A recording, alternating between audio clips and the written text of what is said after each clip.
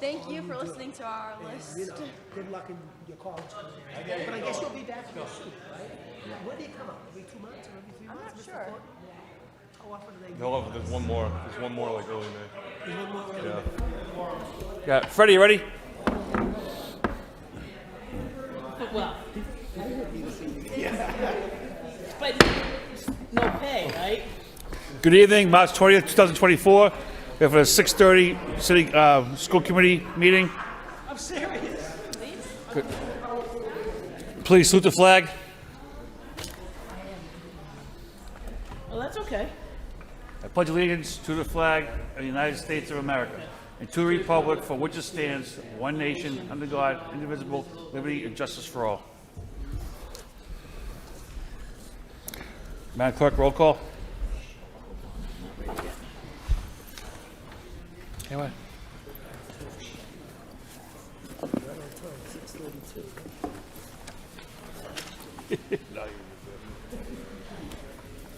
Mr. Conway? Here. Mr. Rossi? Ms. Doherty? Here. Mr. Lay? Ms. Martin? Mia Rourke? Here. Mr. Bahu? Here. 6 present, 1 absent. 3.1, approval of the minutes of the regularly scheduled local school committee meeting of March 6, 2024. Need a motion to approve the minutes by Mr. Bahu, second by Mr. Conway. All those in favor say aye. Motion passes. Section 4.1, permission to enter, March 20th, 2024. Need a motion to approve the permission to enter by Ms. Doherty, seconded by Mr. Lay. All those I have in a favor? question. A question. Go ahead. When I looked at this, 133,541 cost for one student, is that correct? For on the second item on the list, and it goes to Hartford, Connecticut. What is that? I'm just Ms. Desmond, please. curious what it is.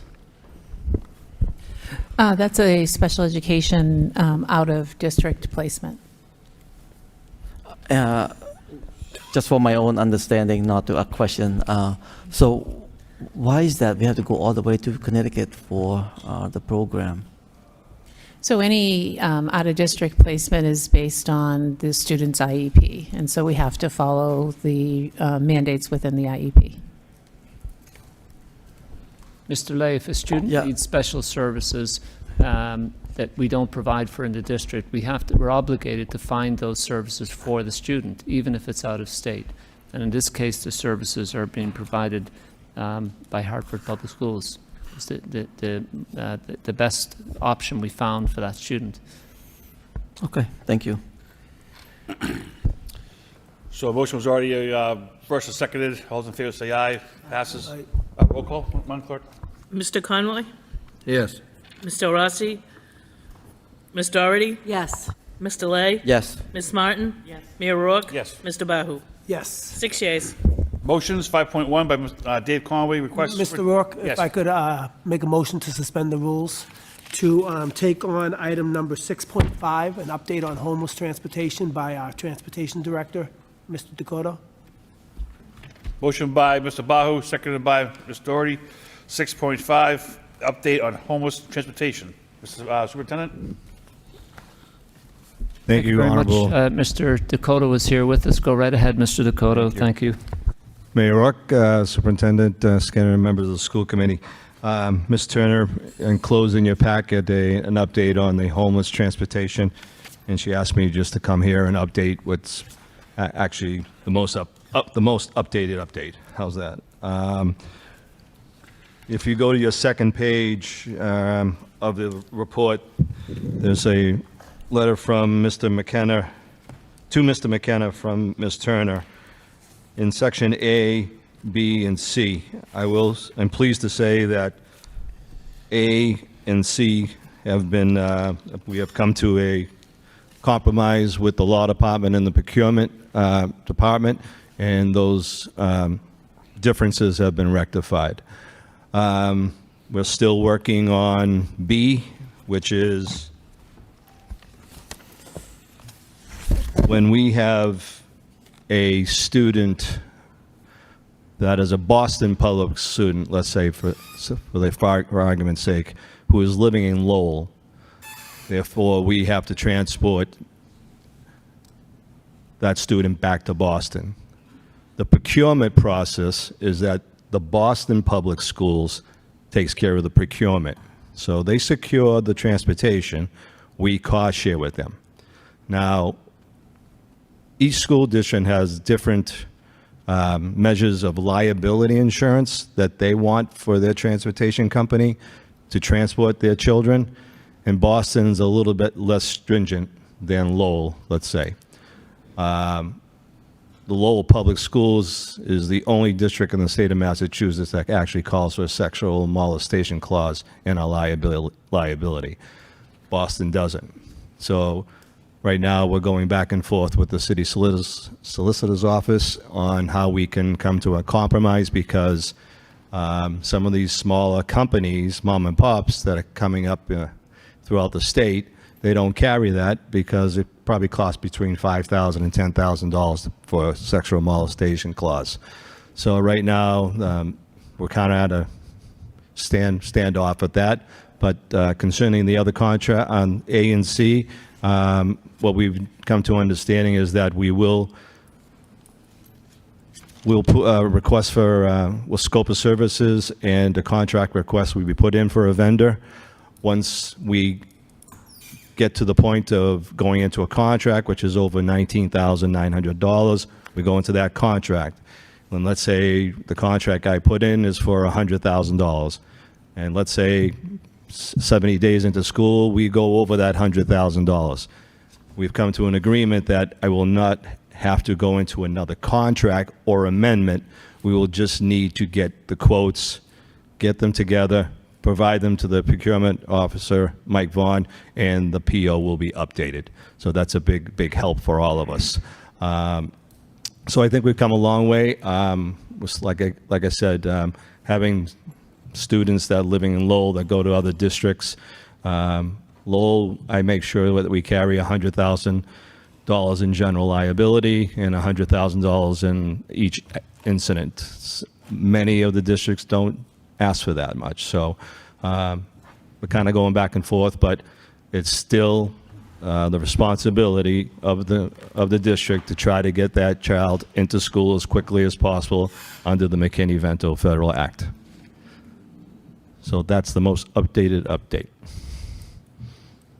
Any questions or comments? Mr. Cole, thank you. Thank you, Mr. Rourke. Good seeing you again, Mary Rourke. Returning to the motion list, 5.1 by Mr. Conway, request superintendent work with the staff at Lowell High School to explore the feasibility of creating a pilot partnership with the Lowell Sun to publish student-generated content, stories and photos, highlight programs, events, sports, etc. at the high school. Seconded by Mr. Bahu. Mr. Conway. Yeah, thank you, Mr. Mayor. I'm very excited about this, with this motion, because and the feasibility of creating a pilot program between the Lowell Sun and the Lowell High School. With this initiative, students can engage in student-generated stories. It will be, I think, a great opportunity for our students to develop what I would call 3 very important skills in life: to read, to write, and to speak. And with these skills, our students can do anything and be anything. So I look forward to forward to hearing about the progress of this partnership between our local newspaper and the Lowell Sun and the Lowell Public Schools, and perhaps even in the near future, if this program gets off the ground, I would like to also to spread to the middle schools, which I think would be extremely helpful. Thank you, Mr. Mayor. All those in favor say aye. Opposed, motion passes. 5.2, Mr. Rossi requests superintendent to share the upcoming DESE Special Education Audit Report when it is received and send it to the Special Education Subcommittee to meet on. Mr. Rossi did reach out, and I'd like to just say that I just won't be able to make it, and that the motion speaks for itself. Mr. Doherty? I'm second. That's a good point. Thank you for doing that. Everything I just said a second ago. All right, great. All those in favor say aye. Opposed? Motion passes. 5.3 by Ms. Doherty. Request the mayor update membership on the Special Education Subcommittee so that the superintendent may poll for a Special Education Subcommittee meeting to discuss status, supports, and roles of the SPED-PAC, early identification for special ed services, and other priority issues. Second by Ms. Martin. Ms. Doherty. Thank you, Your Honor. So we do have a special ed subcommittee. The chair is Ms. Del Rossi, but the two other members are no longer on the school committee. I'd like to offer my volunteer to be a member of the special ed subcommittee. If we could get another member named, we could move forward with polling for a meeting. And I'd like to also add, if I could, to the agenda for when we have the special ed subcommittee meeting, I'd love to add something about the new IEP and special staffing status, special ed staffing status, and of course, Ms. Del Rossi's audit that was in her previous motion. By next meeting, we'll have that done. Thank you. The subcommittee? Okay, so we could, once we get that information, we don't have to wait for the next meeting, do we? Because I'd like to poll for it, but So you like to be on it? I'm offering to be on it. We already have Ms. Ms. Del Rossi as chair. Anybody else want to be on special ed? Ms. Martin volunteered. Ms. Martin has graciously offered, thank you. There you So go. we could poll for that, so we could do that before the next meeting. Okay, great. Thank you very much. Thank you. All those in favor say aye. Opposed, motion passes. 5.4 by Ms. Doherty, request portrait of graduates, conference attendees, present lessons learned, next steps to the school committee after the visit to Manchester High School in Connecticut as part of the Barr Foundation grant. Seconded by Mr. Conway. Ms. Doherty. Thank you. So my thinking with this, I just wanted to have the committee's support that when we come back from this conference, and I'm not making the decision of what the timeline would be on that, that we would request the student representatives to present to us the lessons learned, which I believe part of the work we have to do for the Barr Foundation grant is to come up with a plan going forward. I just want to make sure that my colleagues get the opportunity to hear it from us. Thank you. Okay. All those in favor say aye. Opposed, motion passes. 5.5 by Mr. Lay, ask the superintendent to report on and discuss summer programs or jobs available for students in the summer. Seconded by Ms. Doherty. Mr. Lay. Thank you, Mr. Mayor. The purpose of this motion is to help students find either jobs or summer programs. Summer is coming soon, so I think we should whether talk to our partners, Mr. Conway, talk to our partners at MCC or UMass Lowell or any organizations who may offer internships or some kind of jobs or something to help our students get by the summer. Yeah, I think Thank you. Awesome. Great. Anything else? All those in favor say, Ms. Doherty. I just want to add that I know Project Learn does a huge amount of work around this, internships, paid internships with students, so it would be good to include that in the information, just to be more comprehensive. Thank you. Well taken. Thank you. All those in favor say aye. Opposed, motion passes. Moving on to reports to the superintendent. 6.1, strategic goal, different. you missed one motion. Oh, geez, sorry, Mr. Bahu. 5.6 by Mr. Bahu, have the proper department develop a plan for our student body on the care and maintenance of the Chromebooks that are assigned to them at the beginning of the school year. Second by Ms. Doherty. Mr. Bahu. Sure, so I'm just looking for a policy for our Chromebooks. I know we have Chromebooks out there by as many as every student in our district, which is 10,000, if not more. And when I go to the IT department, I see that they have buckets of Chromebooks that need to be repaired, and I have asked them, I'm like, well, how often do you get these? They say, we get as many as 250 to 300 per week. We don't have enough help to service these things. And I said, well, what happens if a student breaks it the first time and then sort of gets one back and then breaks it a second time? Is there any way? They said, we don't know which student breaks them. We just know that they can go to the library and trade it in, and then they get handed a new Chromebook. So it's sort of becoming very cumbersome. So I'd like to know, and I know these things cost an awful lot of money, and we're buying them by the thousand. So, I think it's important that we sort of develop a policy so that students can identify that these are costly products, and they're blessed to have them, and we just don't want them to be not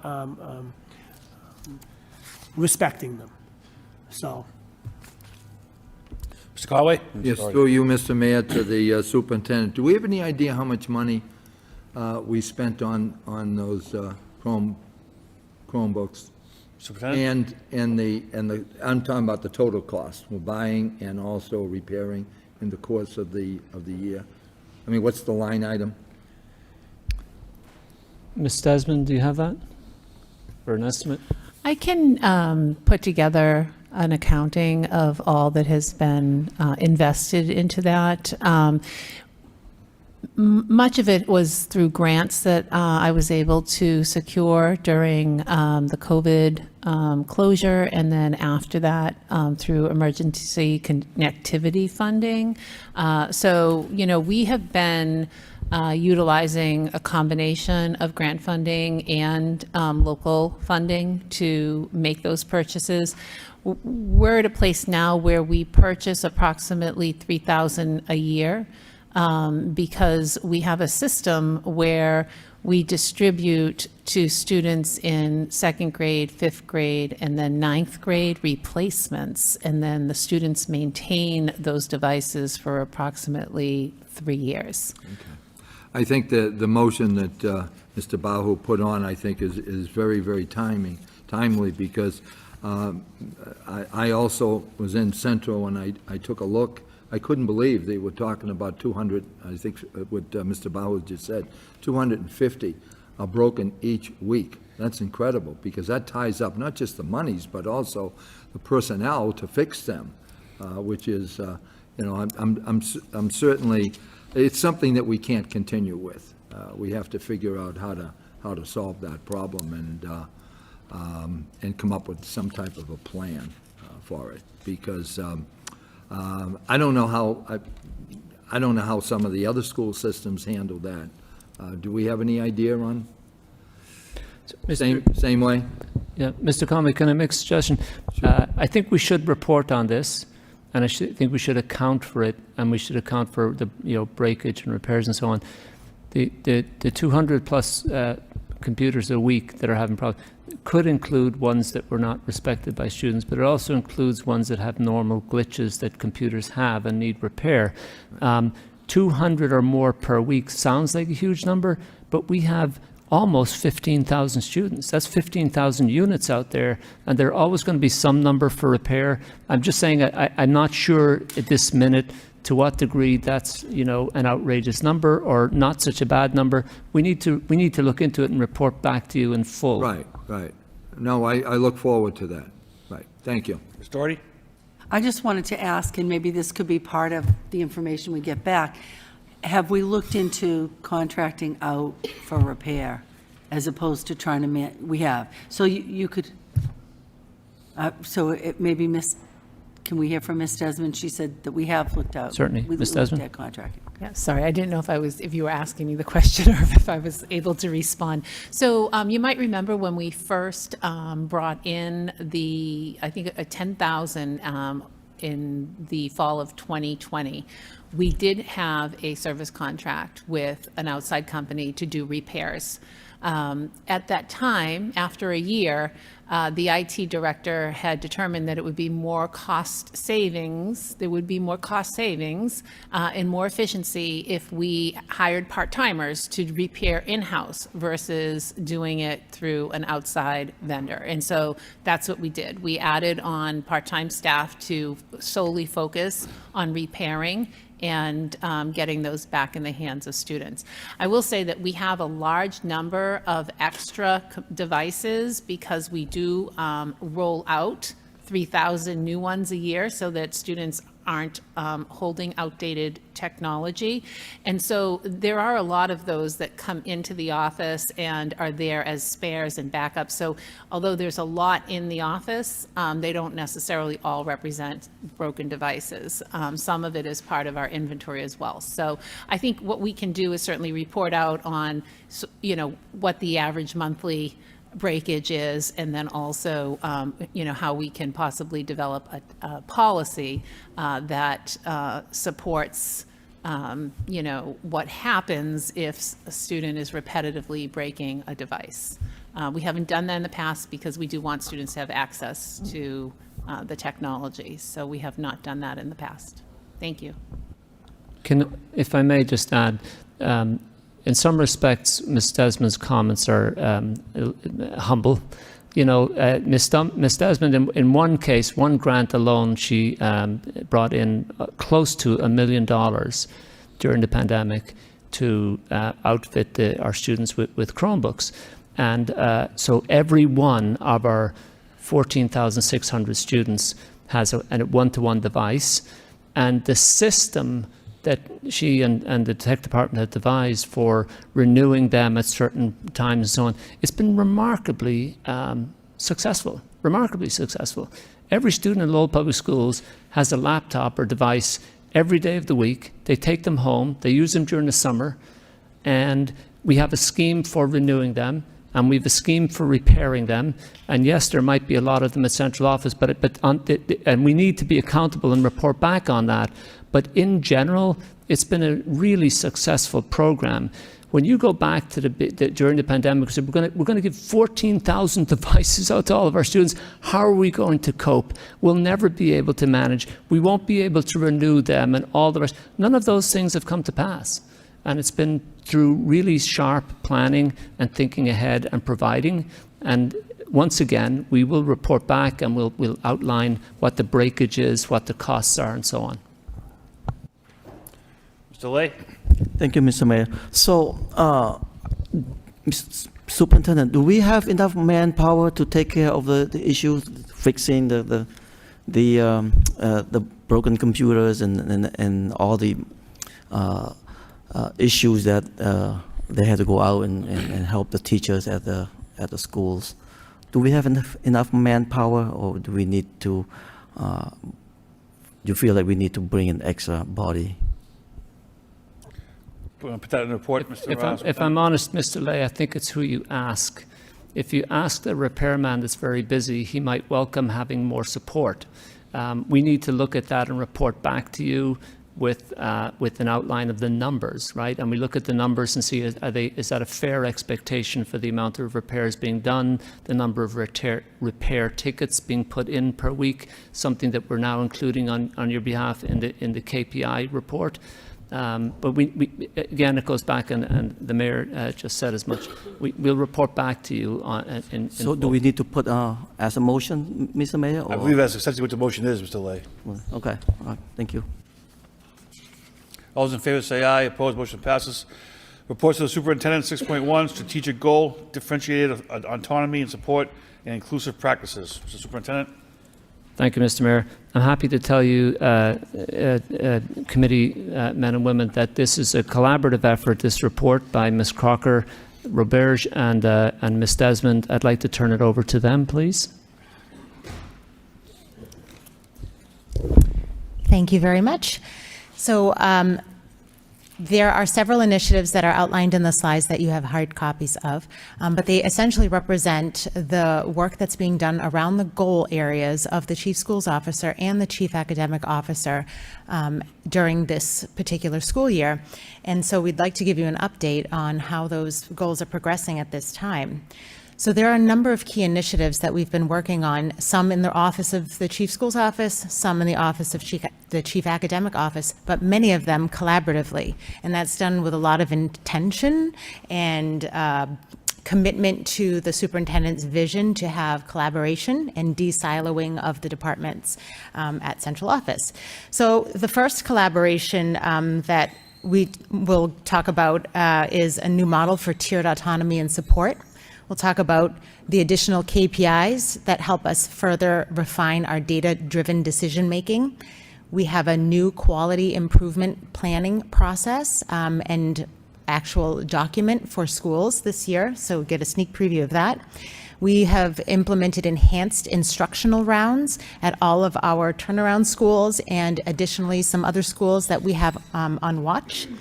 We've provided enhanced support to principals in the form of coaching, feedback, and supervision and evaluation.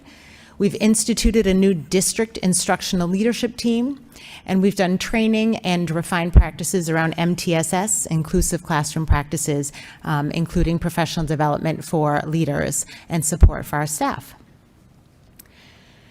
So when we go to a tiered autonomy support model, what we've done in the Office of Teaching and Learning is identify the different buckets by which the governance of a school is operating.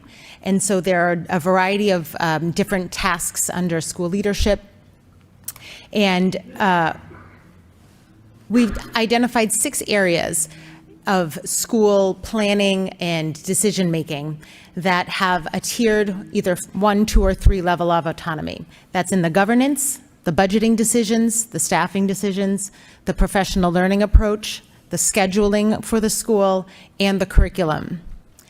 And you'll note that Tier 1 schools are schools essentially that are thriving in our district, that have perform above the benchmarks and aligned with the averages of students in Massachusetts. They may have principals that have been in the school for a long time and a very well-established leadership team. We'll have our second tier schools that may have either a newer leadership team or they have recently exited turnaround status. And then we have our tier 3 schools that are in the turnaround work and or they may have a new leadership team that requires some additional support and guidance. So we've formalized a model for you that we use as guidance now in terms of how we support schools. How in-depth is the district level involvement? How much freedom and leeway do schools and school site councils have to make some individual decisions, and those are articulated there. The next thing is improving our KPIs, and you've already seen the evidence of this in our quarterly KPI reports, but one of the tasks that we were given this year was to drill down a bit better in our data and in our use of data. And so we've added report features like current and past performance, so comparing last year to this year using the same metrics, disaggregating by a whole bunch of different indicators, including our prioritization indicators around our Hispanic and Latinx students, and then better defining what the measures are and what the terms are with the data being reported. We've also compiled all of these resources into open architects, so they're in the dashboard for every teacher, every administrator, every person in our district, and we can get that data constantly in real time. We are also now working to bring our HALS dashboard into open architects, and that reports on school quality and student and teacher survey data. And a few schools did a pilot in the fall, and we've developed the system now by which those results will also be enveloped next year into open architects. Next, we worked on a quality improvement plan update. So the big news around this is that schools are no longer only planning 1 year at a time. They are setting benchmarks, action steps, and targets 1 year at a time. But this year, they're creating a 3-year school improvement plan, our QUIP. And so we've done some work around vision and mission. To get long-term goals accomplished, we have to have a broader vision for what excellence looks like in our schools, and we've got to get out of the mindset of just getting to the end of each school year. This is how we get big initiatives and major movement and goals accomplished. So schools are currently in the process right now with their leadership teams and their school site councils of building out their 3-year quality improvement plan. So they're aligned, the goals will be aligned to the pillars of the district strategic plan. And what we're building in addition to annual performance objectives. So we have a 3-year goal, and every year we have a performance objective that the schools are going to designate that they need to meet. We're also building in a quarterly check of progress toward those goals. So in prior plans, we didn't have a systematic way for schools to evaluate their own progress. Now this would be used by the school's instructional leadership team and the school site councils once per quarter to do a formal check-in and a quick one-pager on how they're doing with their goals. And this will help us all stay more accountable and share the responsibility. So you have a couple of samples of what those documents look like, and it's also hyperlinked on the website. I've outlined all of the different components, and I'm happy to answer any questions about those. Another major initiative has been the modification and refinement of our instructional rounds. Instructional rounds are when we take a team out to a school and we do classroom visits. This year, we have modified the format and refocused. In the fall, the CAO's office and my office collaborated on an English language arts focused set of instructional rounds. And what we did was go far beyond just looking at what's in the classroom. We took a dive into the curricular resources, the intervention resources, their school data, their goals, and what professional learning activities were happening within the school compared to what was in the district. And we did go visit classrooms, and we used a calibrated rating tool from the Department of Education.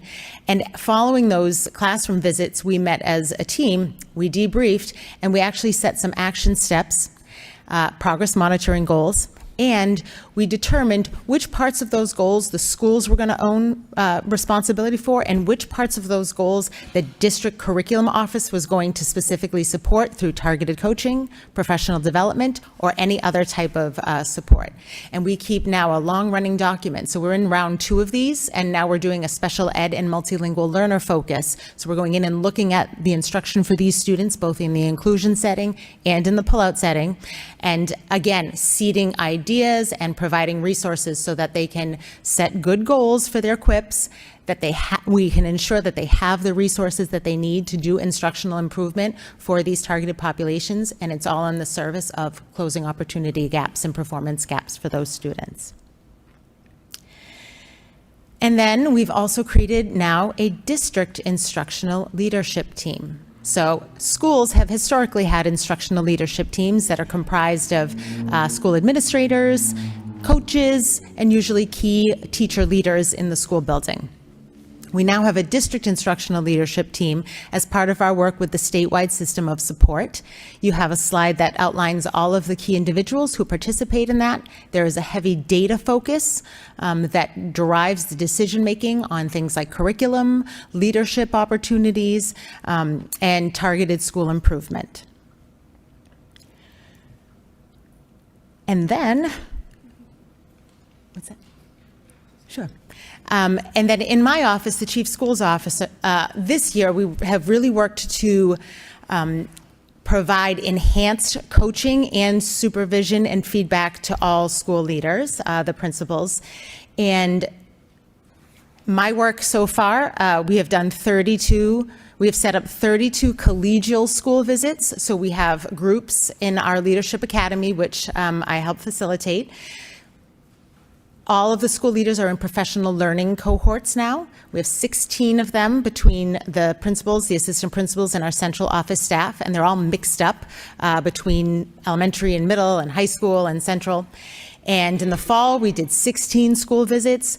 This week, we did another 16 school visits, and in between, I'm thrilled to report that schools are now initiating their own visits with one another. And we have taken many dozens of teacher teams and leadership teams from one building to the next on collegial visits. So you're hearing a lot of us being out in schools, doing instructional rounds, collegial visits, and school-based collegial visits. I've had over 100 supervisory visits to principals so far this year, and supervisory visits are visits where they get a formal documented evaluation report in TeachPoint. And in addition, I've made dozens and dozens of other visits to schools for informal walkthroughs, meetings with principals, check-ins, and coaching that would not be termed supervisory. And then we've returned our monthly, what used to be principal meetings, to monthly all administrator meetings. And now we invite all of the administrators from the buildings, principals, assistant principals, and our central office administrators.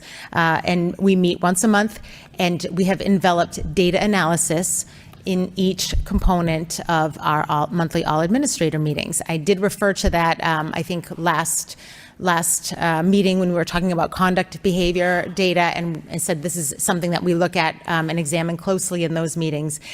And we've also added a component where we have a monthly high school update. We're really trying to build out that cohesiveness from pre-K to 12 and envelop our high school into the larger body of pre-K to 8 work that we do. And so we now have a high school update section of that meeting as well, which has been very well received. And of course, the CSO's office continues to assist with problem resolution between schools and families, and we have a district support specialist that also supports that work.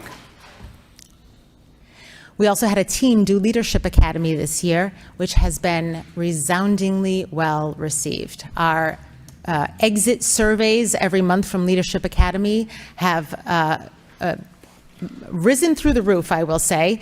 And that, I think, is because the approach has been that this was planned with a very large team that began the work before I was sitting in this current seat.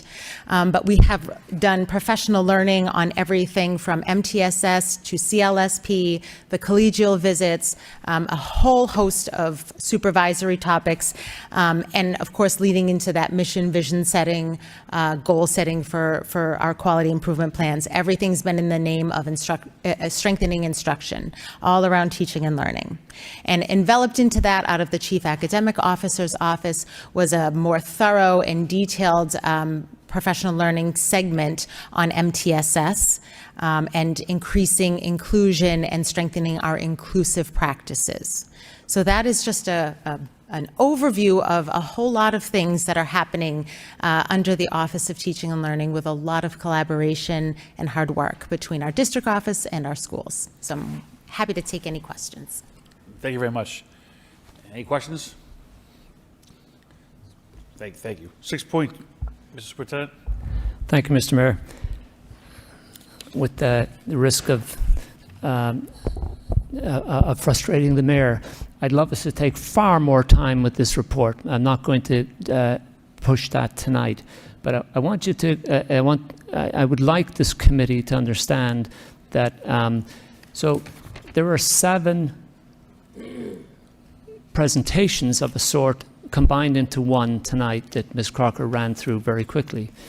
Each one of them is worthy of its own separate attention, and maybe, and half an hour to 45 minutes to delve in and to look into it in detail. But we're not going to do that tonight, Mr. Mayor. But I want to submit to you, I wish you'd go back, I wish you'd look through this, I wish you'd hold us accountable for it and ask us questions about it. This right here describes the work that will move our schools. While everything we talk about at school committee is important, and school committee members' individual needs or requests and the constituents who you represent, all of that's important to people. This is important to the district as a whole. This is the work that will move our schools. The initiatives on this page involve data, so we're not guessing. It's data-driven work. It involves teamwork. Ms. Crocker made a presentation, but she's worked with leaders and with Ms. Desmond, and put together, we have a team now, a district instructional leadership team. We do it with principals, and we involve other leaders. It's very much a collaborative effort and a consensus building effort. It involves classroom work, as many committee members will sometimes remind us. How does this influence what's going on in the classroom? That is at the heart of this work. Directly at the heart of this work, improving what's happening in classrooms and improving learning. And it involves leadership support for our principals. Again, if you have questions, we'd welcome them at any other time or tonight. This is at the heart of the work that's going to improve our schools. Ms. Doherty? Thank you, and I don't want to drag it on. I know we've got a lot to cover, but I have to say I was very impressed with the slide presentation and with the review we had just now. It sounds daunting, but I see that it is the work that needs to be done. We do need to be collaborating more, and this idea of having school teams visiting other schools and educators talking about education and what works, what works better.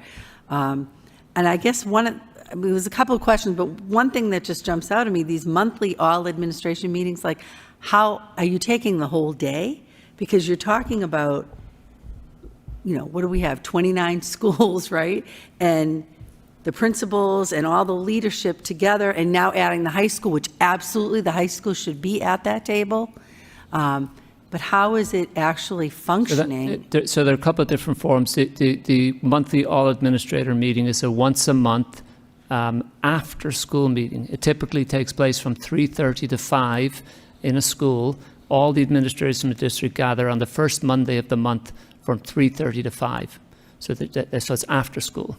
There's a Leadership Academy, which is a day-long event for principals on one day and for assistant principals and others on a second day, where there's a more in-depth professional development for leaders.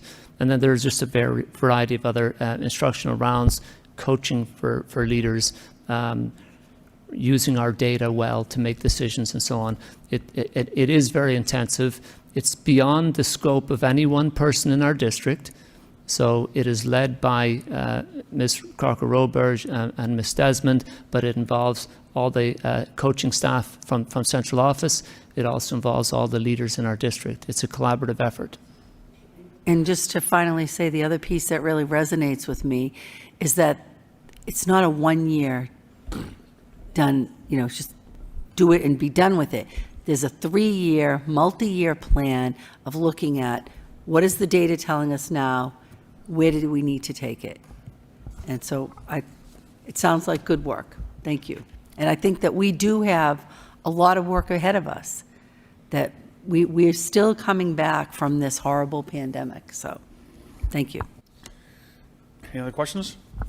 Last comment, Mr. Mayor, and it's just to alert you that this report is one of several that are coming your way. So we have a series of district strategic goals approved by the school committee for this school year. And this is part of our way of being accountable to you for the work that we're doing on those goals. Not just on everything else, which you're asking questions about, motions about, and so forth, but actually how are we responding to the goals that have been approved. And so this is one, there'll be many more. Mr. Martin. Thank you very much, Mr. Mayor. I would just make a suggestion. I mean, if we're looking at this kind of, I think, very kind of robust content in our reporting, which I do think is a great idea and is incredibly helpful for all of us, we could lean harder on our subcommittee structure. I think the opportunity to have conversations like that when you have a full hour 15 minutes to be able to get into it. It then allows, you come into the next school committee meeting, and it does allow you to kind of really distill down to some key points that are the most important for any colleagues that may not be able to attend, and certainly for the public. But I do think it offers the opportunity to give kind of full shrift to these topics that we all recognize are really important. But if you're threatening 6 or 7 additional reports over the next few weeks, I'd just make that suggestion. I really appreciate the suggestion. I think it's excellent, and thank you. 6.2, response to motion by Mr. Conway, January 3rd, 2024, regarding pest control. Mr. Superintendent. Thank you. The committee members, you have a report in your packet put together by Mr. Underwood for Mr. Hall. So Dr. Hall is here, of course, but so also is Mr. Underwood, if you have any questions. Mr. Conway? Yeah, thank you. Thank you, Mr. Mayor, and I thank Mr. Underwood for this report. Appreciate it. I know that a number of people throughout the system, different schools, whether it was parents or teachers and staff and so forth, they are talking about the fact that there is a problem with mice and so forth. And I know that in a couple of those schools they have meetings, and I know I got a call from 3 city councilors saying that things were running around. So obviously that's why this motion was put on. And I wonder if Mr. Underwood could take a couple minutes just to enlighten the public on exactly what is going on in those schools and how we have enhanced our, should we say, attack on combating the problem. And one other thing before I forget is that I think, sometimes when we have a report like this, it's an over and done deal. But I think what we should do is have a follow-up in a couple months here, perhaps from our staff, principals, they can give us a report from each school just to let us know whether what we're doing is actually improving or not in the schools. Because our students, our staff, they have the right to be in a clean environment as much as we possibly can. Now, I know that there are issues and problems. As we all know, when we're going on vacation, kids leave the food in lockers. We all know that. We've all been familiar with it, and that's a problem. So I'm just wondering, what are the steps that we have taken to improve the situation right now, and going forward, what are we going to do? And if Mr. Underwood could just take a few minutes and let us know what is happening. Thank you. So happy to. First of all, good evening, everybody. This is not the first time we've spoke about pest control. Several years ago, we did a very similar report, and it's an investigation into it, and it's kind of outlined in here, so I'll just paraphrase for the people at home. It really takes a collaborative effort to attack this. You can't point the finger at the pest control company or really any one individual. What we learned is we need continuous inspections from twice a month on our pest control reports. We need teachers to control the food that's being brought into classrooms, keeping them in containers. I think it's unrealistic to ask teachers not to be bringing food into classrooms for snack time and that type of stuff. I just think it's important to outline how it has to happen. We need to do a better job as custodians, cleaning the areas of concerns, teachers' rooms, cafeterias, food service areas. Food service needs to do their part by continuing to keep their food overnight and their breakfast stuff in containers. And those are all the things we did back in 2000, and I think several years ago, where we outlined all these things. We came together, we had several meetings about it, everybody did their part, and we got it under control. But it does take a collaborative effort from everybody doing the things. Teachers, custodians, pest control, reporting. We've upgraded the way we do our reporting to our schools and then to our pests, our vendors. So I think I welcome bringing it back in a couple of months, because I think people have become complacent in the things that we put in place to keep it under control several years ago. So I welcome coming back in a couple of months and looking at this again.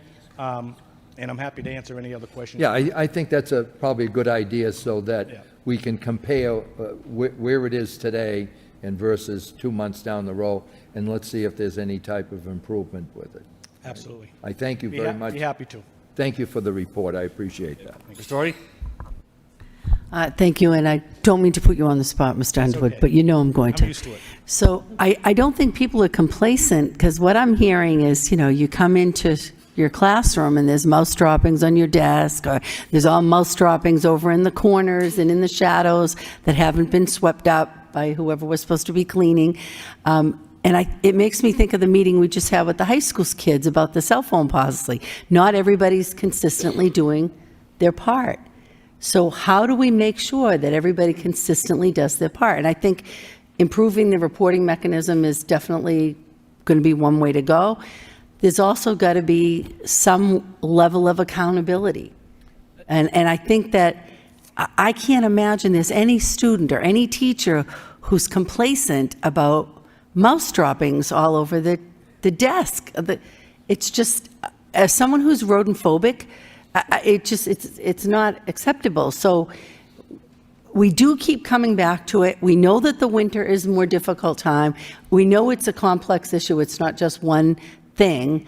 Like you mentioned in your report about the access to the buildings, that's an ongoing thing. We've got to be checking, how are these creatures getting in?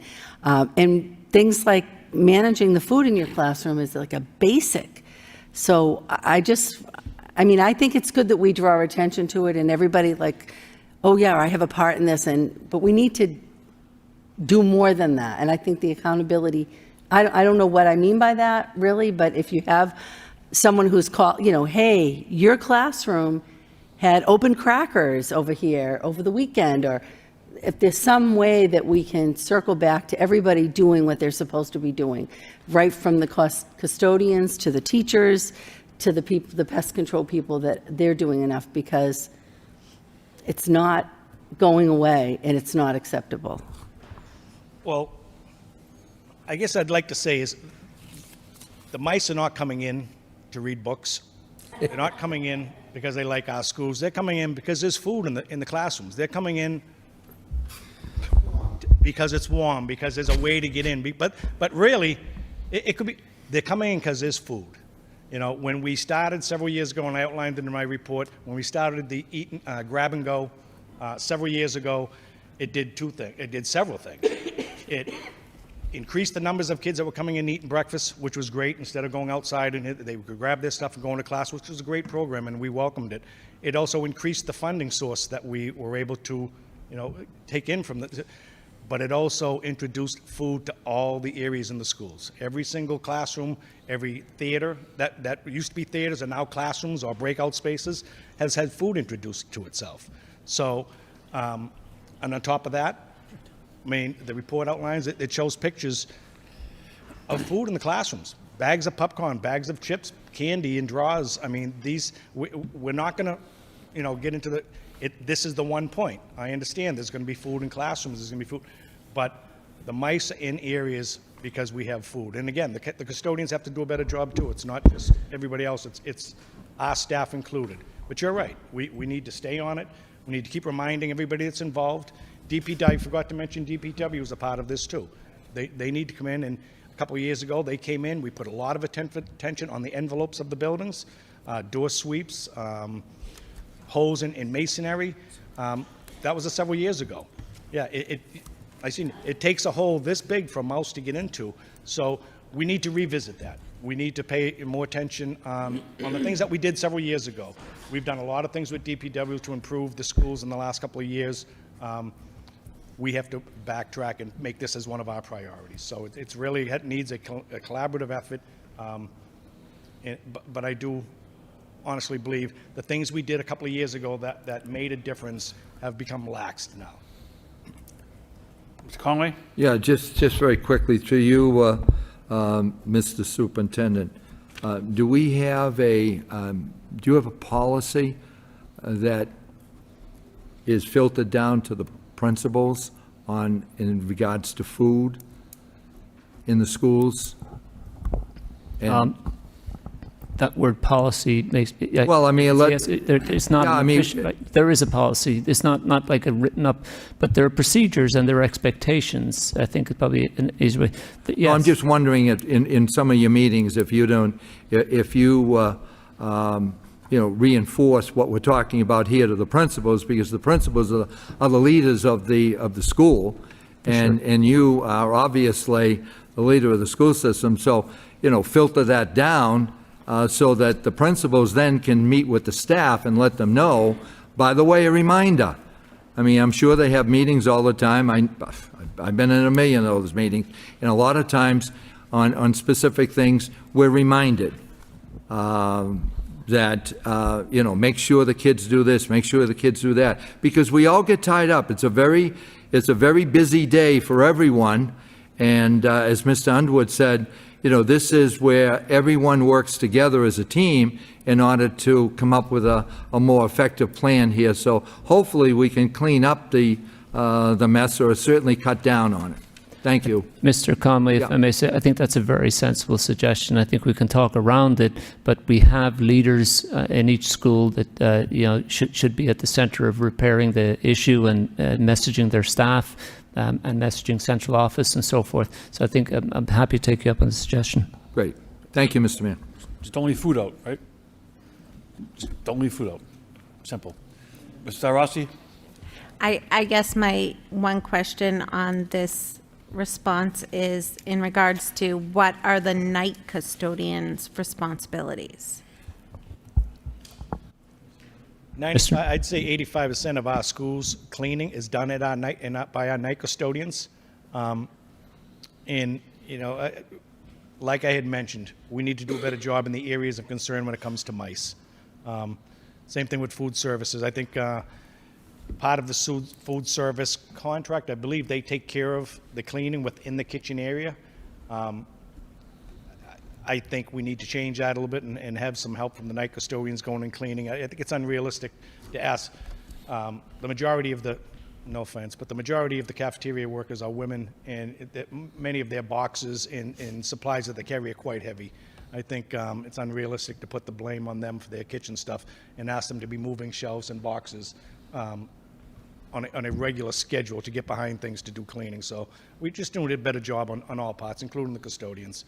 But again, most of the cleaning is done at night by our custodians, and we would expect them to step up and do their part. Okay, thank you. 6.3, motion response by Ms. Doherty, January 17th, 2024, regarding facilities. Mr. Superintendent. Thank you, Mr. Mayor. Again, school committee members, there is a report in your packet, again written by Mr. Underwood for Dr. Hall. And again, Mr. Underwood is still here if you'd like to refer to him. Thank you. I was thrilled to see that we are expecting to have that kitchen at the Career Academy up when the students come back from April vacation, and I am going to hold you to it. I would ask that you please send us an email when it's up and operational. I'd like to come by and visit. Absolutely. Just to kind of remind my colleagues, so we got this grant, $25,000 in culinary equipment. This motion was from last May, and at that time it was 6 years. I'm hearing it's now was more like over 7 years that equipment has just been in boxes, never been installed. The one thing I didn't see, I know that we got a lot of bathroom issues across the city. What, I'm sorry? Bathroom problems. And I know that the Career Academy also needed some upgrading on the bathrooms, and you don't mention that in the report, just the kitchen. I mean, I just want to keep it out there. And I had also heard, it's not mentioned here, but I might not have mentioned it last May, and I know we're going to be doing a lot with the water filling stations, but the Career Academy had asked for some kind of water filling station that was, not like for an elementary student, because these are high school kids. Same thing with the Bartlett. We've been trying to get those lockers in. We're going to be looking to see that actually happen. But I appreciate that we're moving forward. It's just been years for the lockers at the Bartlett. And I do really think this is an equity issue that I'm telling you, I'm haunted by that 8th grade student who I think it was 2 years ago. I was invited to the Bartlett School for a civics class, and he said, I go to the other middle schools, and they don't look like this. They don't look like, you look down the hall, and there's all these broken lockers, tiles coming out of the ceiling. I mean, we have facility problems everywhere, I get that, but we need to prioritize and provide a better environment for our students to learn. So I look forward to visiting when the kitchen's operational at the end of April. Thank you. Mr. Rossi? Even when I went to the Butler last week for the Knowledge Bowl, I want to say I went into the women's bathroom. My son had went into the boys' bathroom.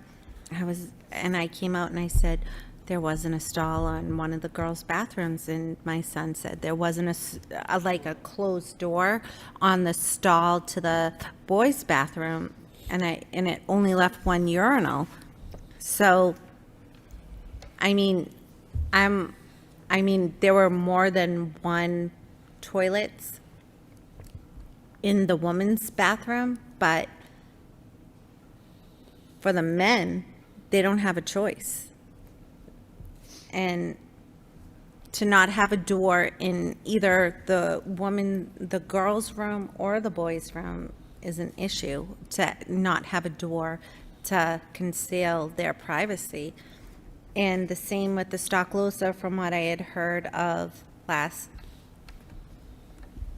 spring. So I think that's a major issue, and I want to make sure that's addressed throughout the district. Ms. Doherty?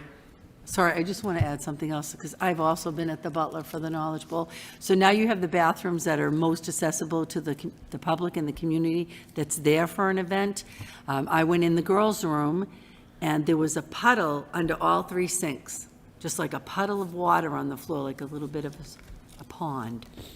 And I don't know how we get ahead of it, but we've got to do better. We've got to do better. And it's especially, like I said, when you have a community event, like the Knowledge Bowl, which is like one of my favorite community events, you've got people coming into our schools and seeing conditions like that, and how are the students supposed to feel? How are they supposed to feel that we're valuing their education when that's the environment that they're in? So I think it's a real issue, and it's not anything that, it's not pointing fingers at anybody, but just to say it's not acceptable. Mr. Underwood? Yep. So I'm happy to say that tomorrow at 6:30, Solis and Son will be at the Stockalosa School, to start installing the long-awaited stall doors and hardware to those bathrooms. I'm also happy to say that Paul St. Cyr, the DPW Commissioner, and I have been in deep discussion on our capital projects for next year, and on both of our lists was the bathroom petitions and bathroom works throughout the district. We're hoping to get approved as part of our request is $800,000 in capital improvements for our bathrooms across the district. So I'm pretty confident with all the eyes that have been on these different projects that will be funded and approved to the city. I could just add, the Stockalosa is one of our newer schools, Yeah. too. I mean, again, the issue of fairness, and I'm not saying the Stockalosa doesn't need that work to their bathrooms, but look at the Stockalosa, walk through those halls, and then walk through the Bartlett or the Career Academy. Those students deserve as much, too. And that, again, is not a fault to you, and I understand what you're saying. We have been making progress. I get that. Thank you. Rick, I too had the benefit of going through the college, to the Knowledge Bowl a couple of times in the past few weeks, or in the past week. It truly is a great event. But it's funny that I had the Bartlett School that I had to bring into the library to do the math problems, which are pretty difficult, I might add. But, one of the students said to me, "Hey, are you on the school committee?" And I said, "I am." He said, "Well, she said, when do you think we can get those, are those lockers ever coming? Because we have been, and I said, you don't hold your breath. What grade are you in? She says, I'm in the 6th grade. I says, don't hold your breath, because we are going to have those lockers in by the start of your school year. And she gave me a pump, and she was really happy about that. So, kudos to you. And I hear a lot of issues happening to buildings, and we've had these issues going on in the buildings for, unfortunately, too long, because I know you're down on maintenance workers and custodians and so on and so forth, and Mr. St. Cyr is down as well. But I think my question to you is, of the tickets that are being issued regularly to get stuff completed, how are you doing? Are you are there more tickets coming in than tickets that are being satisfied?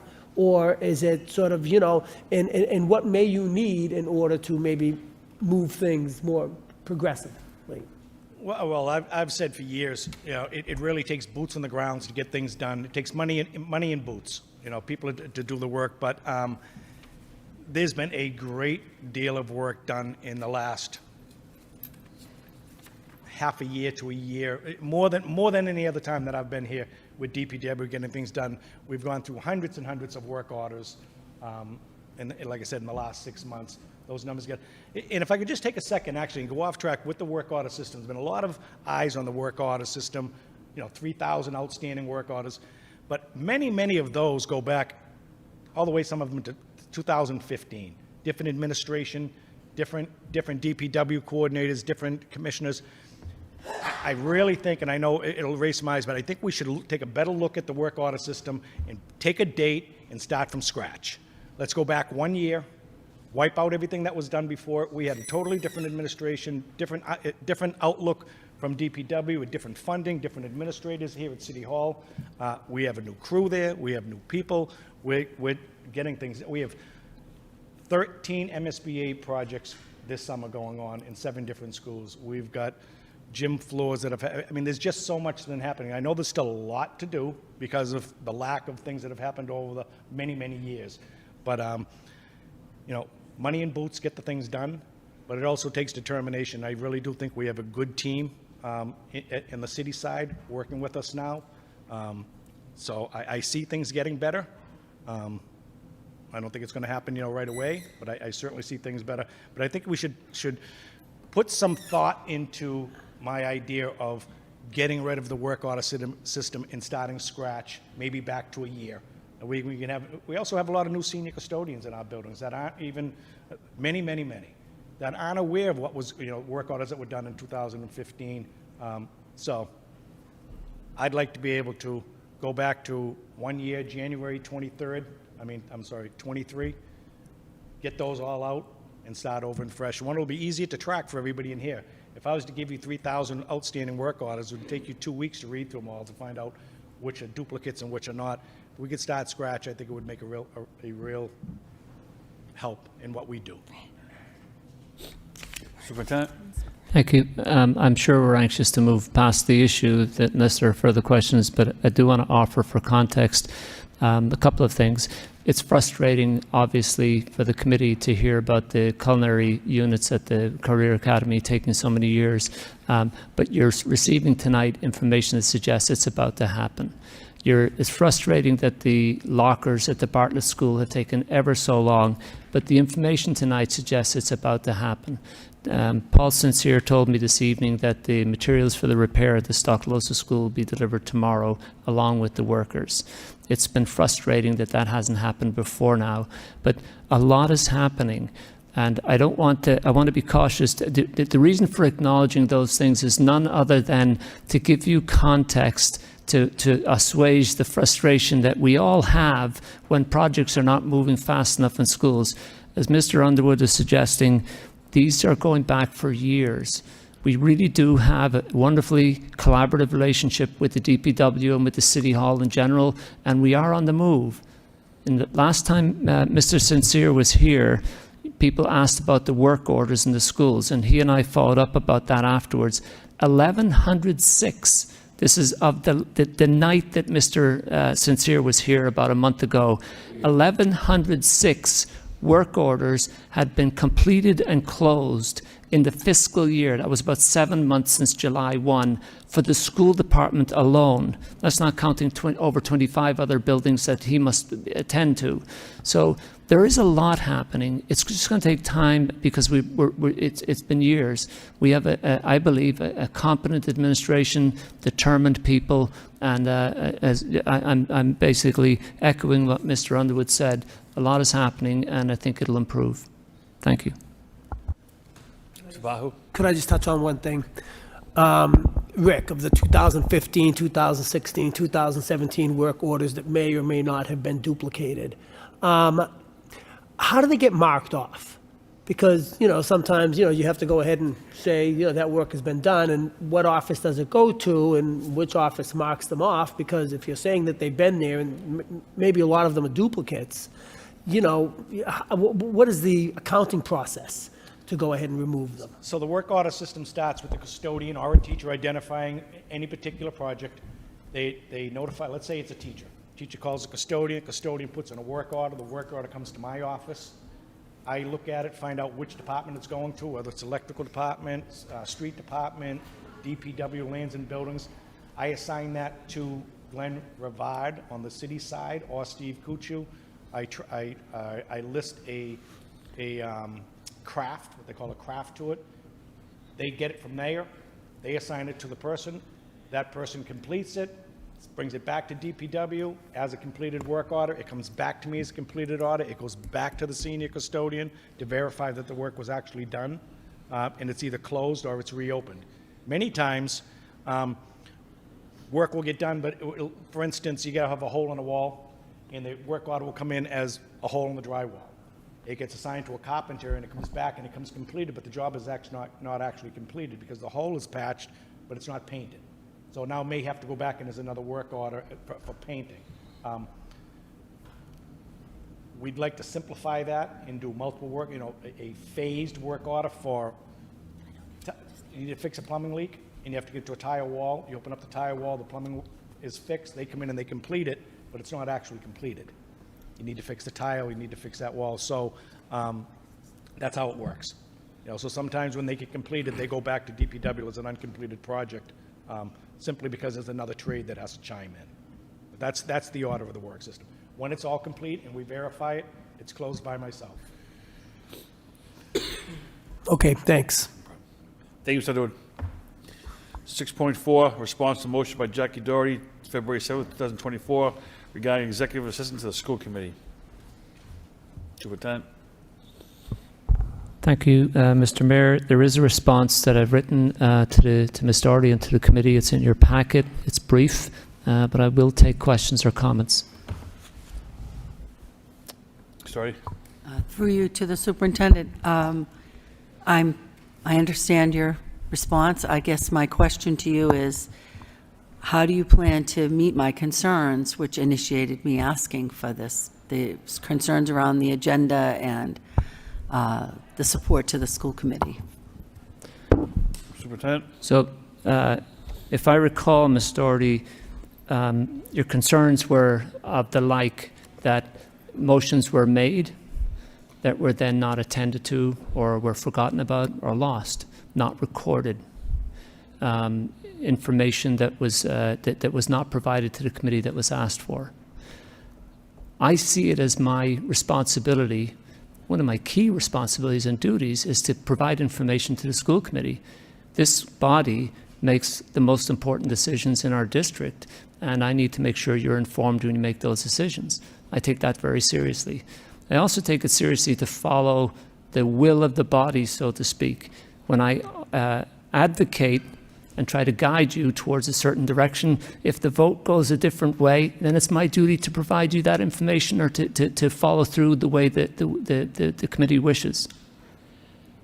I think your experience in the past, Ms. Doherty, has influenced, in other words, I think you have to have experienced problems with motions being lost and so forth, if that's your concern. But I will submit to you, no motions have been lost since I've been superintendent. On the contrary, in January, I provided the committee an update on my entry plan. And you refer back to it if you please. At the time we counted, and my secretary helped me to go back over the years and count. And what I'm getting at is that this school year, this committee has received an unprecedented number and pace of responses to motions. And they have been professionally drawn up, and they've required the attention and the time and the efforts of each of the cabinet members here today, who are working their tails off to meet the needs of the committee and respond to each motion with due respect and diligence. That's what you've been receiving this year at an unprecedented rate. Prompt responses, as you've been promised, when we can do so, and it's not to say that we're not capable of making a mistake. I think my last mistake was in 1982. But if we make a mistake, if I make a mistake, we will own to it, and we should be held accountable for it. You've not had a problem with motions, I'm not saying or anything else, but I think if anything to do with school committee business is attended to with great seriousness, if there's a problem with it, hold me accountable. I don't believe you've encountered those problems this school year. Thank you. 6.6, update on delayed bills. Mr. Superintendent. Thank you, Mr. Mayor. We recently had a subcommittee meeting for the Finance Subcommittee. Ms. Turner provided lots of information on the night and was asked to provide additional information. So the next two items have to do with additional requests that were made at that time. The first one being item 6.6, and this report in your packet has been provided by Ms. Turner, having to do with delayed bills. We'll take any questions, and Ms. Turner is present to respond. Probably, Mr. Superintendent, do 6.6 and 6.7 together, probably. Makes sense. I do think so, Mr. Mayor. So the idea is to take 6.7, a year end of year audit update, was also a request from that same meeting. Both those documents are in your packet, and again, Ms. Turner will take any questions. Mr. Bahu? Sure. I've got one question for Ms. Turner. It says here in the report that sometimes we receive bills at the end of the year, in the following year, right? 2024 just turned in. I know that, our school year runs from July 1, 2023 to June 30th, 2024. I also know when I first got onto the school committee, I was summoned to come in and speak to the public consulting group. And that was in November, and they were doing an audit, which we still haven't learned anything about. But, I know they're sort of working on their plans. But they submitted a invoice to us in the amount of $150,000. Now, I know they didn't start till November, and realistically, it may have come in January 15th or sometime after January, but I know our school year runs from, again, July 1 to June 30th. So what financial department are we looking at? Are we looking at the end of the fiscal year for the city of Lowell? Or are we looking at, what we're supposed to pay as a school district? Because we did summons them, and we did ask them, to do this work. But, they only started 4 months ago or 5 months ago. I'm not sure why we're sort of waiting to pay them. And are they holding back on our report because of, non-payment? So that's to you, Ms. Turner. Ms. Turner? Oftentimes, when we receive a bill after the fiscal year has been closed by City Hall, the purchase order could have been closed. If so, then we have to bring it forward in front of the City Council, even if we do still have the funds. So it's, according to the law, it's a formality that we have to bring it forward. So with PCG, if they sent a bill, and by the way, what I do start in late May, early June, is I go through all of the open purchase orders and start emailing the department heads to say, hey, we haven't received an invoice for this, because an invoice could be lost in the mail. It could, it could get sent to the wrong person. So we send out emails to all of the department heads asking them to review their open purchase orders and to seek out the invoices. If that didn't happen and the purchase order was closed, now we have to put it on a delayed bill list. Does that answer your question? Well, not necessarily, because all I know is they started in November and they sent the bill in January. And I feel like we're inclined to go ahead and pay that bill, especially when an audited report that is to be coming our way, they're not being paid on. They may be holding back on that report, which has vital information for all of us. I think that what you're looking at, public consultant group, is different than the public works that you're expecting a report from. That's correct, I am. So I mean, has Public Works been paid? Do we know? I'm sure they've been paid any invoices that they've submitted to date. I'm not sure if they've submitted their final invoice at this time. Okay, all right, I'll go with that, because I'm not sure what Public Consulting Group did for us, and I don't know how delayed that bill is, but, I mean, $150,000 does seem like a pretty large delay, a pretty large sum, so you would think that they would have been paid, and it's not, delayed for a delayed bill. I agree. Ms. Bell, if I may, I'm familiar with the billing for Public Works. They're charging us over in three parts, so there will be are three separate invoices. The first two have been paid, and the third one is being processed. That's part of our normal work in the school year.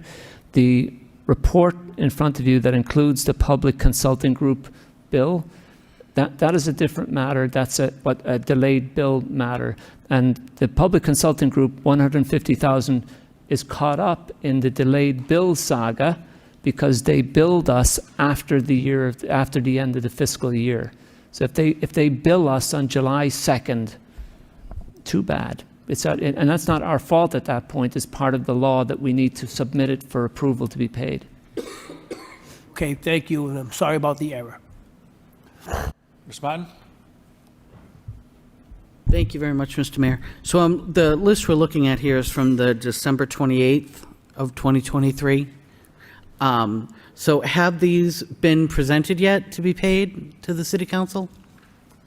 No, per a motion made by you a couple of years ago, we have to bring them in front of the school committee. When I brought them in front of the school committee, questions were asked about previous years. And at the finance subcommittee, I did point out to you that we had $130 million more flow through the school department over the last couple of years due to Student Opportunity Act and ESSER money, but we did not hire additional accounts payable people.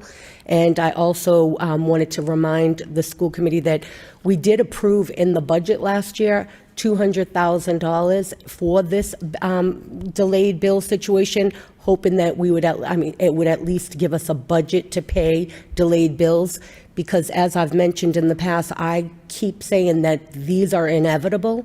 And then one question asked was, why more now? Why are we getting more? So I did a comparison of the different years, and I do believe it's because of the post-pandemic remote worker situation, in addition to the $130 million more flowing through the business office at this time. But no, they have not been sent to the city council until you approve them here. If you approve them here today, then I would send them along to the city council. So is the material in this packet about the approval, or just, like, I'm looking at the report showing the comparison? Yeah, the third page starts the list that was submitted. The attachment A? Yes. Yeah, okay. From the 28th?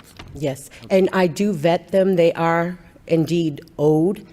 We do owe the money. It's just the formality of if a purchase order is closed, or if it's past the time when they close the books in the city, then we have to bring them forward. Okay. There's a better way to manage this, and we need to find it. So I'm just going to say that as a blanket statement. But making a motion, we need to get these people paid. They waited too long, and that's on us. So I would make that as in the form of a motion to present to the city council the items included on the December 28th memo and request that they be approved for payment. Second by Ms. Doherty. Ms. Doherty? I would second that. I wanted to ask, you said that we set aside $200,000. That won't cover this, right? So where is the extra money supposed to come from? Various accounts in our, that's what we do budget transfers for. So we would use the suspense account, or, are you talking about the additional 80-something thousand? I'm just saying, if we're going to go to the city council and say, we have these delayed bills, we'd like you to approve us to pay, to make sure we can pay for it. We do. Yes, thank you, Ms. Doherty. We'll, that's clearly an important step, and we'll be happy to. We do have the means to pay the bills, both because there was some funds set aside, and because we have, for example, vacancy savings and a variety of other ways that we can meet the bills. We'd be sure to do that. One final question, if I might, and it has to do with, I know we made some changes, and Mr. Dakota was here to explain how we've been able to get some compromises with the city regarding the homeless transportation so that we can resolve that. What amount of the delayed or bad bills, or whatever word we're using, is from homeless transportation? That was totally separate, or is that included in this amount? those would be included. And that's why when I say it's inevitable, you know how I have a list right now?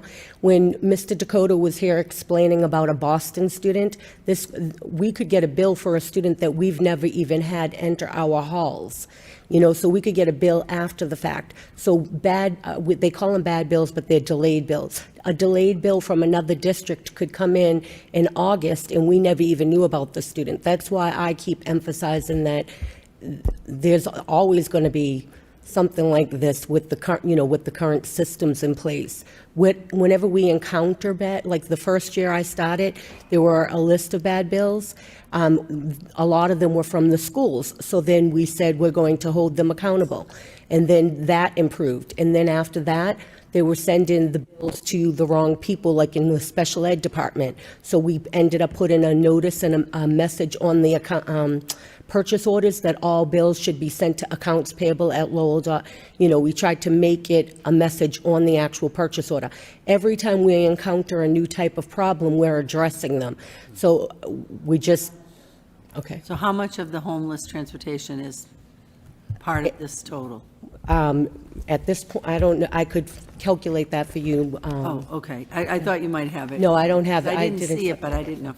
I'm just curious to know, because it seems like we have come up with at least some solution to the transportation issue, has been able to be worked out with the law office. I'm just trying to figure out what piece of the pie that represents. If you do have it, I'd appreciate it getting it. Thank you. So it's a motion by Ms. Mon and second by Ms. Doherty to bring the bills to the city council. I think we need a roll call on that, Madam Clerk. Mr. Conway? Yes. Ms. Del Rossi? Yes. Ms. Doherty? Yes. Mr. Lay? Yes. Ms. Martin? Yes. Mayor Rourke? Yes. Mr. Bahu? Yes. 7 yeas. 6.8, enrollment report, Superintendent. Thank you, Mr. Mayor. Again, school committee members, that report is in your packet, and Ms. Phillips is here if you have any questions. 6.9, fair student funding, Mr. Superintendent.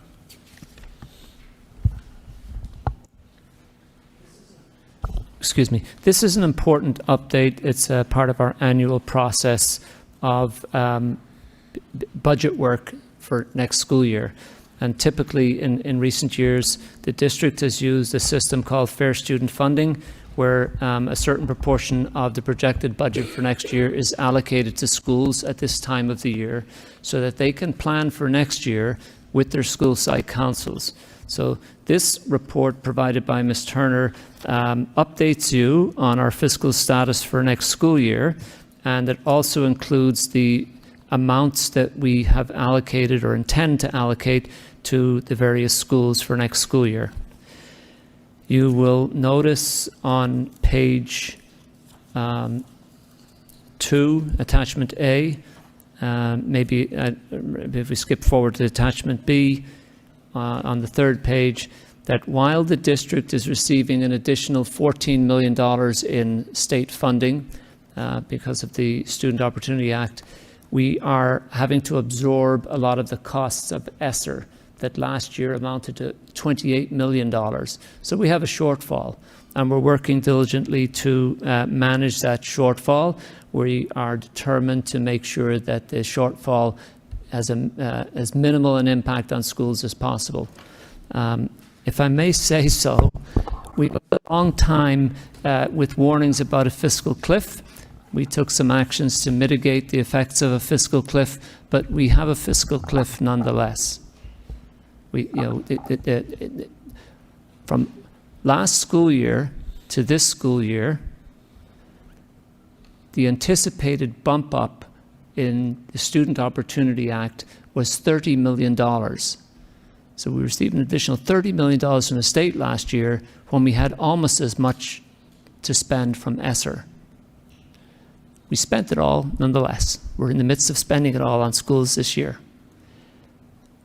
There was at some point anticipated, well, we know the Student Opportunity Act is going to continue to increase year by year, another $30 million for next school year. But it's not another 30 million. It's 14 million. And so there is a shortfall. It is the anticipated fiscal cliff, and we do have to trim back. Doherty? Thank you, Your Honor. So I understand that. I think we've all been worried about that. I'll speak for myself. I have. Couple of quick questions. When you're talking about how much you're going to try to hold the schools harmless, not cut too much from the individual schools, I'm wondering when we're going to get that report on the organization, the recommendations, and I don't remember the name of the consultant, but because I think I would need to see at least what their ideas are as we look at taking cuts out of central office and reorganizing things. That all has to be done with as much information as possible.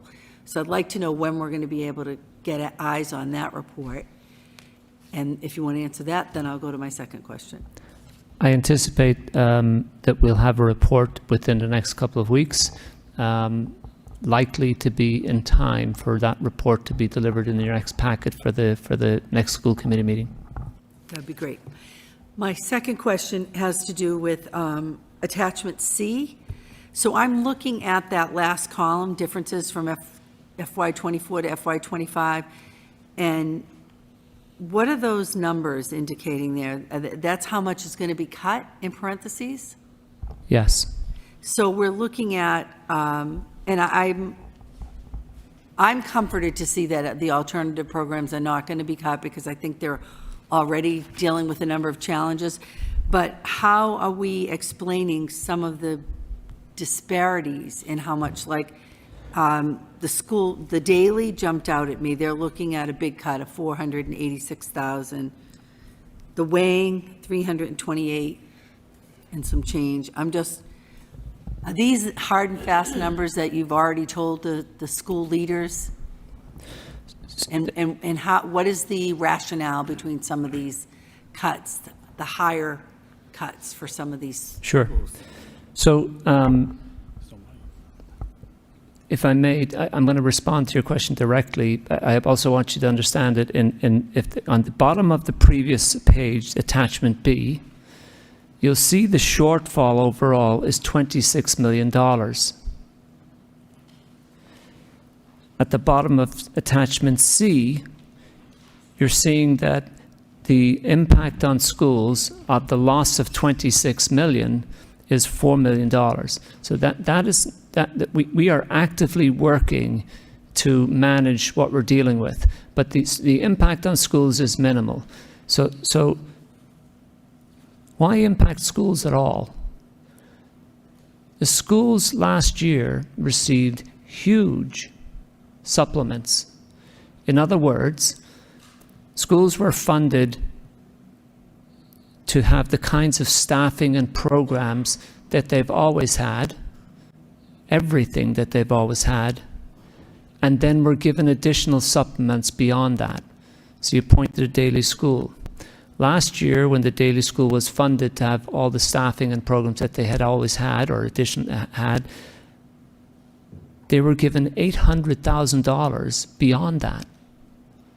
We actually thought it was a mistake, but it wasn't a mistake. And so the daily school has done what they should have done. They have figured out how to spend that $800,000 in as reasonable and as rational a way as possible.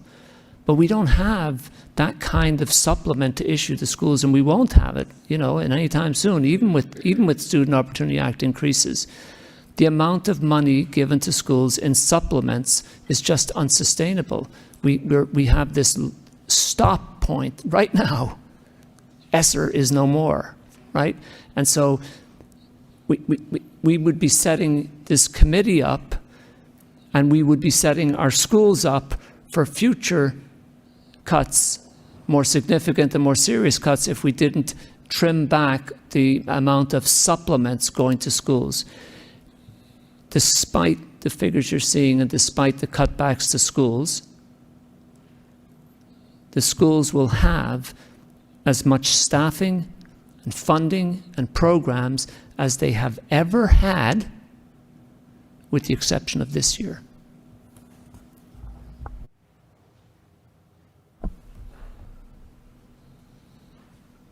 Anything else? Mr. Rossi?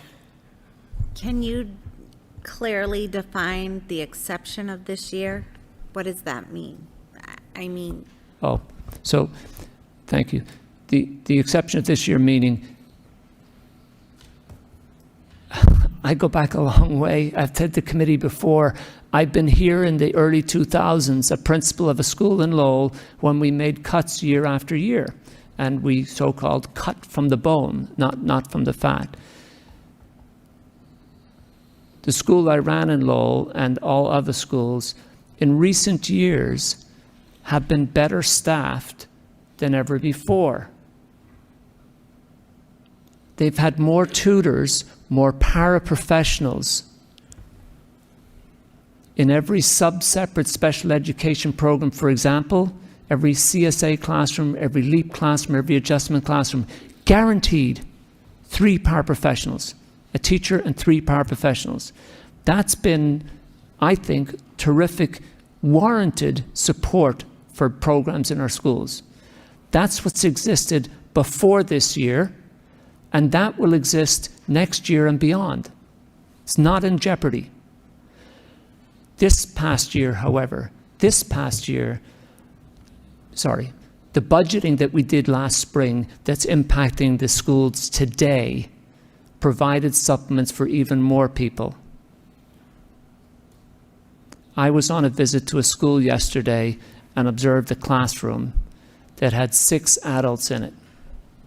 An elementary classroom with 6 adults. That's not common. I'm not saying that's happening all over the city. We have a small elementary school with 4 social workers. We needed additional supports for mental health. We needed additional classroom supports for students with trauma and who were not well adjusted after the pandemic.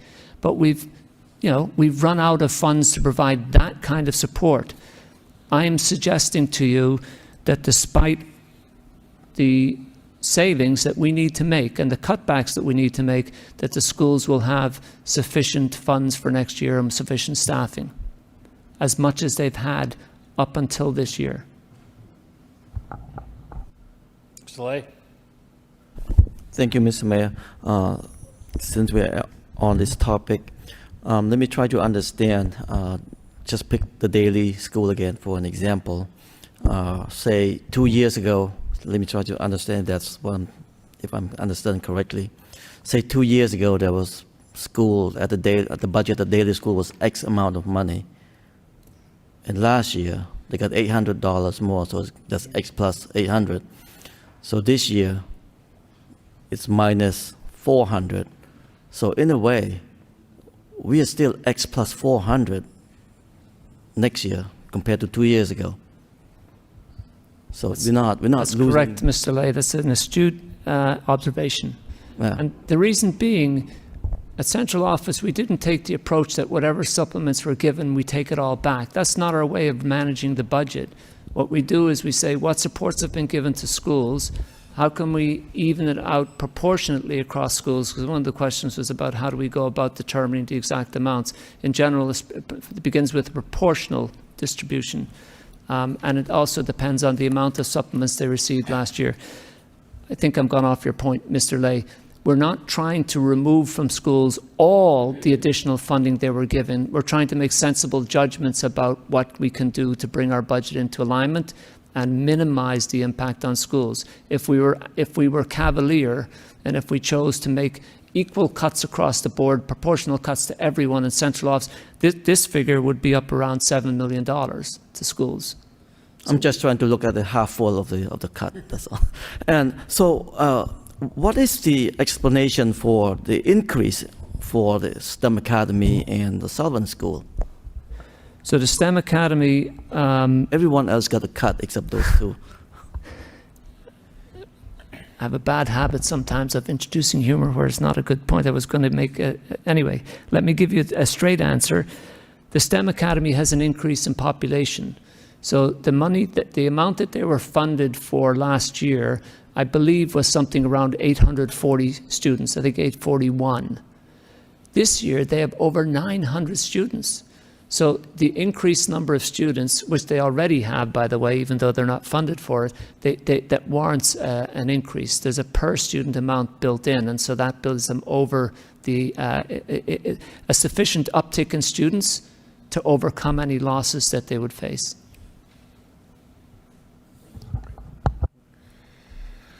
Moving on, 610, personnel report.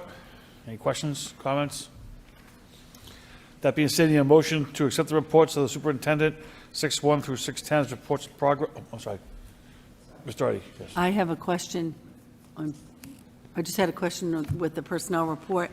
I'm wondering when we're going to see that updated job description for the attendance monitor position. I believe we voted on that at the last meeting, that we wanted to get a recommendation about increasing the compensation for those positions. So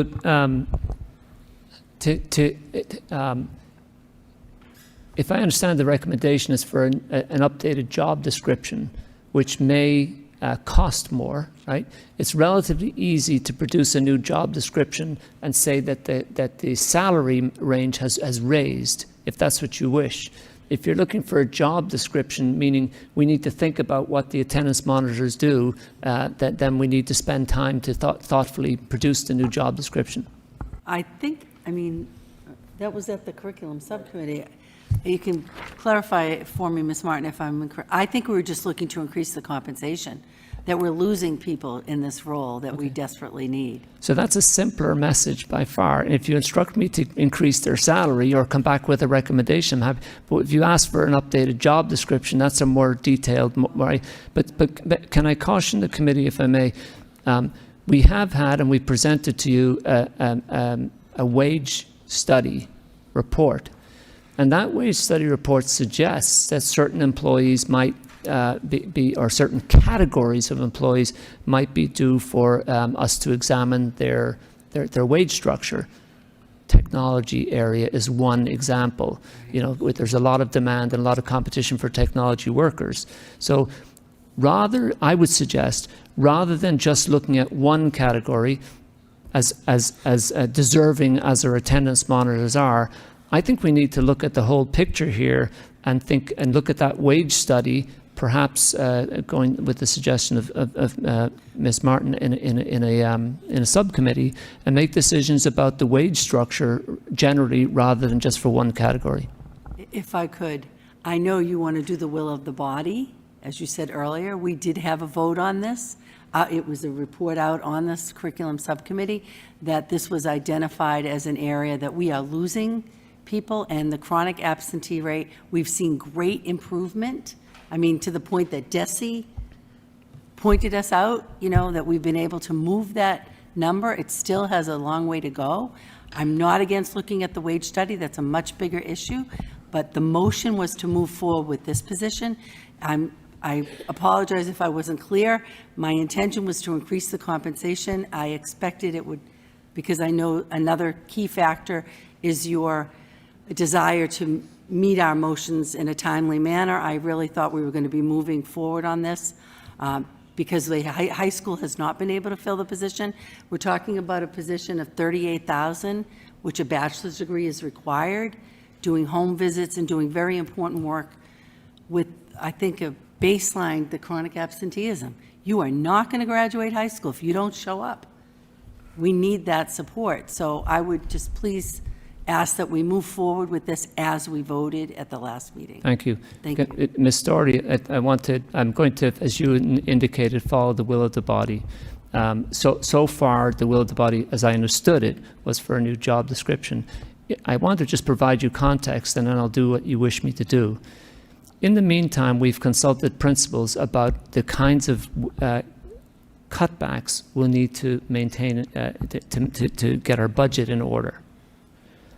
One of the categories of feedback that we received from principals is to have the schools be responsible for certain activities and certain jobs and functions that are within their control. In other words, one of them being attendance.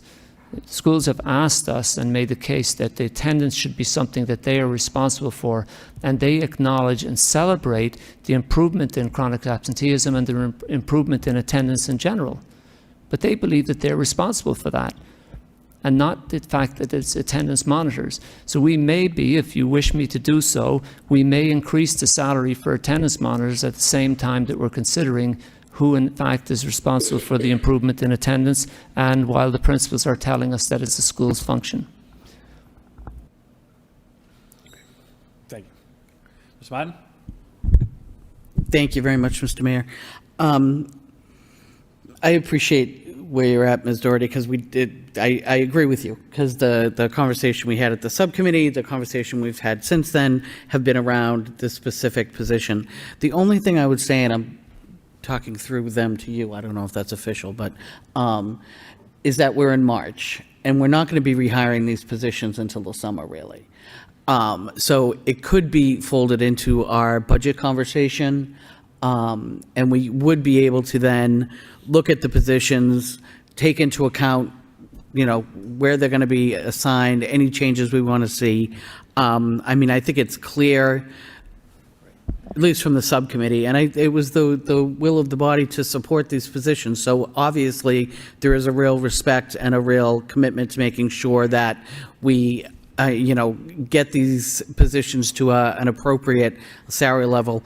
But I feel like I always say this time of year, that making budget decisions outside of the total budget conversation, I always find a little problematic. Our budget conversations are going to start literally in like a week or two.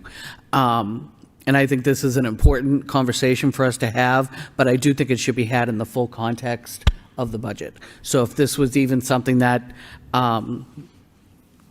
it could be referred to a finance subcommittee or personnel, or however we choose to kind of have those important budget conversations. But I would make that recommendation if we could do it as part of that comprehensive conversation. I think we're better served. Agree. Okay, anything else? Okay, so in the motion from 6-1 to 6-10 is a report of progress by Ms. Martin, seconded by Ms. Doherty. All those in favor say aye. Approved. 6-11, home education. Need a motion to approve by Mr. Lay, seconded by Mr. Rossi. Roll call, Madam Clerk. Mr. Conway? Yes. Mr. Rossi? Yes. Ms. Doherty? Yes. Mr. Lay? Yes. Ms. Martin? Yes. Mayor Rourke? Yes. Mr. Bahu? Yes. 7 yeas. New business, 7.1, approval to accept and expend donation. A motion to accept and expend a donation from the Greater Lowell Community Foundation by Mr. Conway, seconded by Ms. Doherty. Any questions? Roll call, Madam Clerk. Mr. Conway? Yes. Mr. Rossi? Yes. Ms. Doherty? Mr. Lay? Yes. Ms. Martin? Yes. Mayor Rourke? Yes. Mr. Bahu? Yes. 7 yeas. 7.2, budget transfer. A motion to approve the budget transfer of $1,590,582.68 by Ms. Martin, seconded by Mr. Lay. Questions? Roll call. Mr. Conway? Yes. Mr. Rossi? Yes. Ms. Doherty? Yes. Mr. Lay? Yes. Ms. Martin? Yes. Mayor Rourke? Yes. Mr. Bahu? Yes. 7 yeas.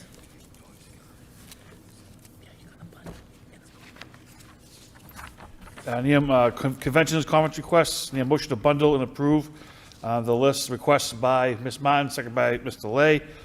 8.1, overnight request, 21st Century CCLC in San Francisco. 8.2, overnight request, Lowell High School Track and Field, Teen in Philadelphia. 8.3, overnight request, Sullivan Middle School, Washington, D.C., Capitol Tours. 8.4, overnight request, Robinson Middle School, Yellowstone National Park. 8.5, overnight request, National Leadership Conference in Chicago, Illinois. 8.6, overnight request, Lowell High School Track and Field to White Plains, New York.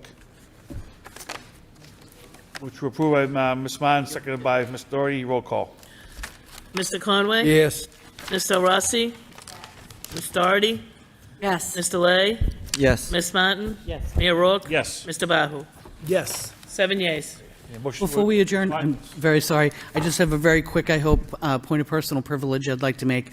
Historically, the committee has always entertained spotlights on excellence. It was a truly excellent idea from our former colleague, Mr. Leahy. Haven't done it in a while. I'm sure there's a myriad of reasons for that. I bring it up now because the Stocklosa Knowledge Bowl has always been a highlighted topic, and it is always great to see like the live video. We've generally put some time and effort into creating something that we could really present the event.